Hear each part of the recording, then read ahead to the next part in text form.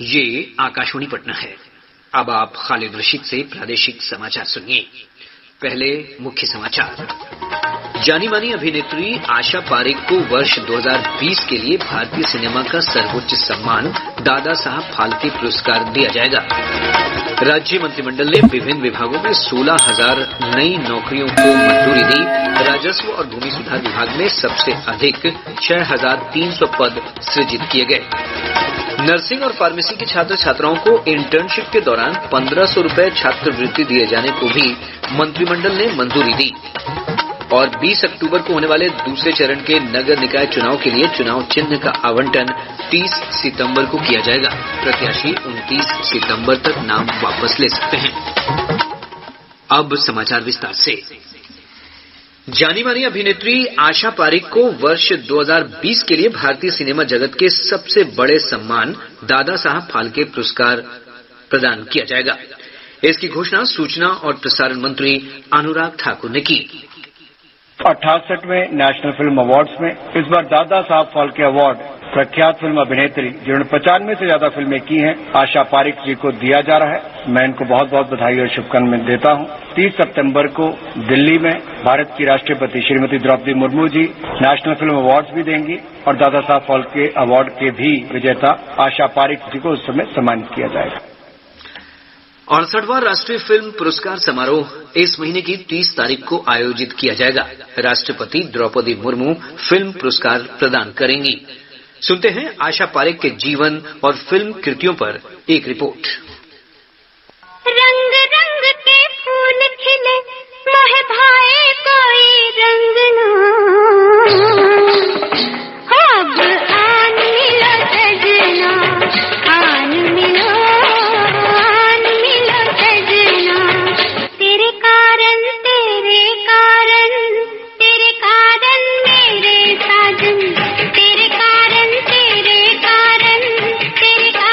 मेरे साजन, जाग के फिर सो गई।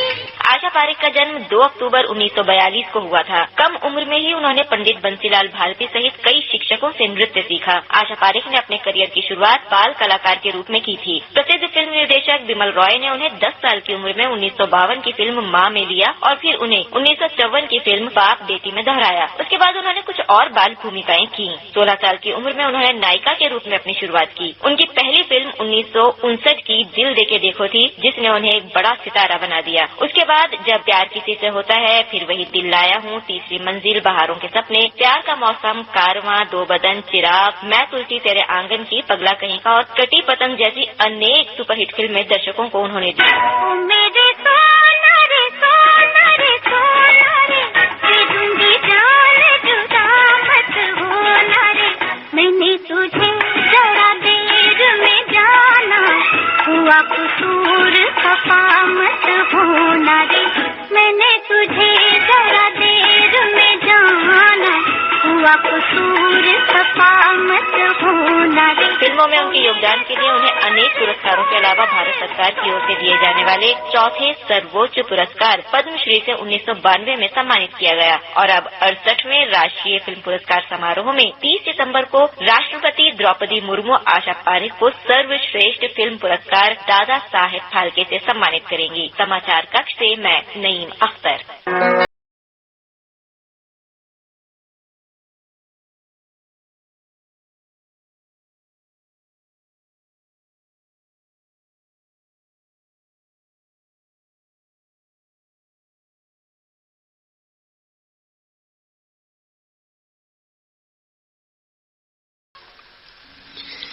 राजस्व और भूमि सुधार विभाग समेत विभिन्न विभागों में लगभग 16,000 नए पद सृजित किए जाएंगे।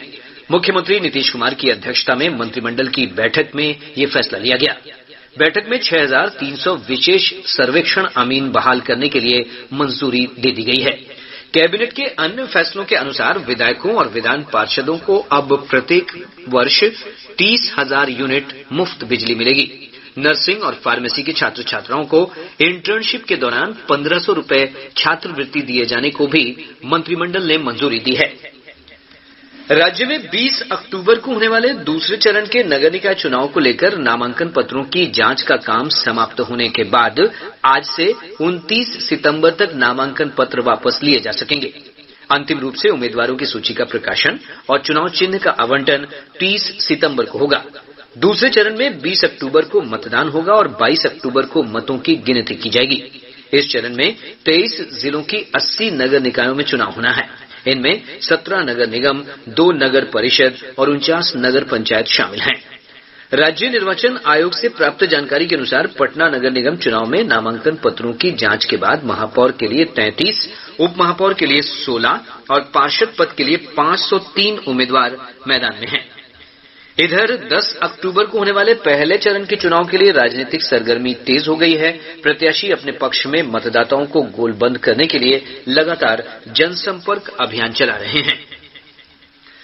प्रधानमंत्री नरेंद्र मोदी ने ट्वीट संदेश में कहा है कि मध्य प्रदेश के कूनो राष्ट्रीय उद्यान में चीतों को देखने की उत्सुकता के बीच माई जीओवी फोरम पर 3 प्रतियोगिताएं आयोजित की गई हैं। श्री मोदी ने लोगों से इस प्रतियोगिता में भाग लेने का आग्रह किया है।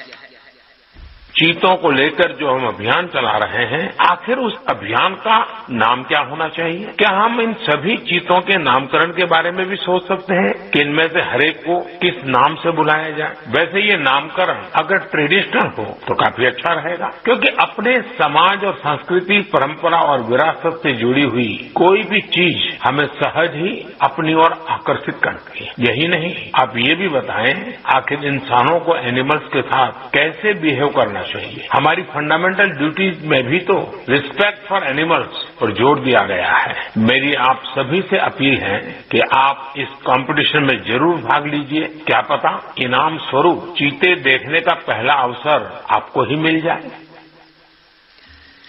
उच्चतम न्यायालय में चलने वाली सुनवाई की आज से सीधे प्रसारण की व्यवस्था शुरू हो गई है। शीर्ष न्यायालय की 3 संवैधानिक पीठों के समक्ष होने वाली सुनवाइयों को इसके मंच webcast.gov.in/SC India पर देखा जा सकता है। शेष खबरें एक अंतराल के बाद।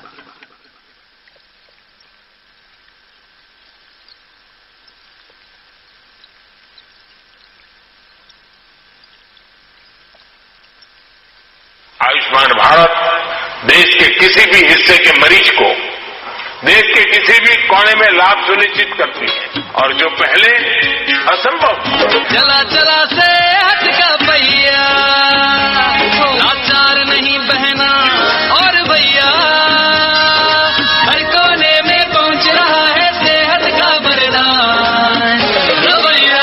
माननीय प्रधानमंत्री श्री नरेंद्र मोदी जी के मार्गदर्शन में सफलतापूर्वक चल रही है आयुष्मान भारत योजना। प्रधानमंत्री जन आरोग्य योजना के अंतर्गत करोड़ों लाभार्थियों को मिल रहा है 5 लाख रुपए तक का मुफ्त उपचार। योजना के तहत सूचीबद्ध सरकारी व निजी अस्पतालों के माध्यम से अब तक करोड़ों लाभार्थियों को मुफ्त उपचार मुहैया कराया गया है। आप भी आयुष्मान भारत योजना में अपनी पात्रता के विषय में जानकारी प्राप्त करने के लिए 14555 पर कॉल करें या अपने नजदीकी CSC या सूचीबद्ध अस्पताल में संपर्क करें।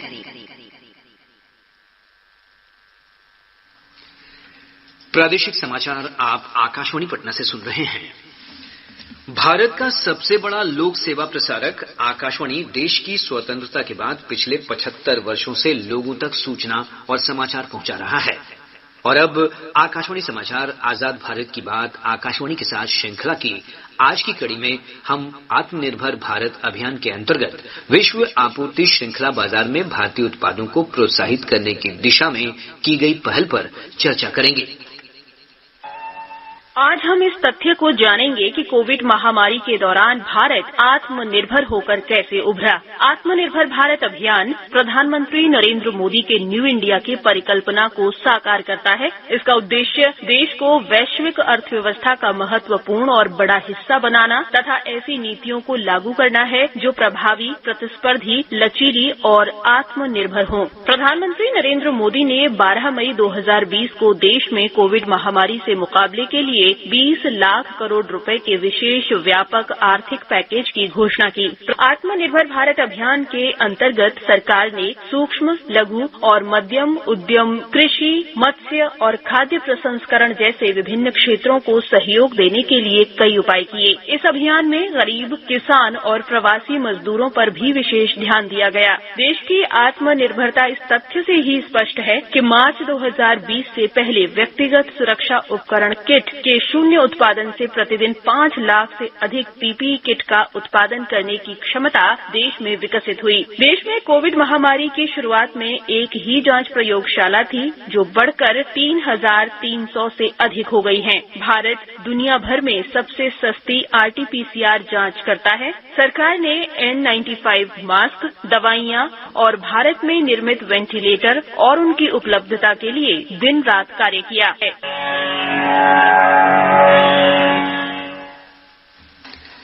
आजाद भारत की बात आकाशवाणी के साथ कार्यक्रम को Twitter handle @AIR News Alerts, YouTube channel news on AIR official, news on AIR app, Facebook और इंस्टाग्राम पर सुना जा सकता है।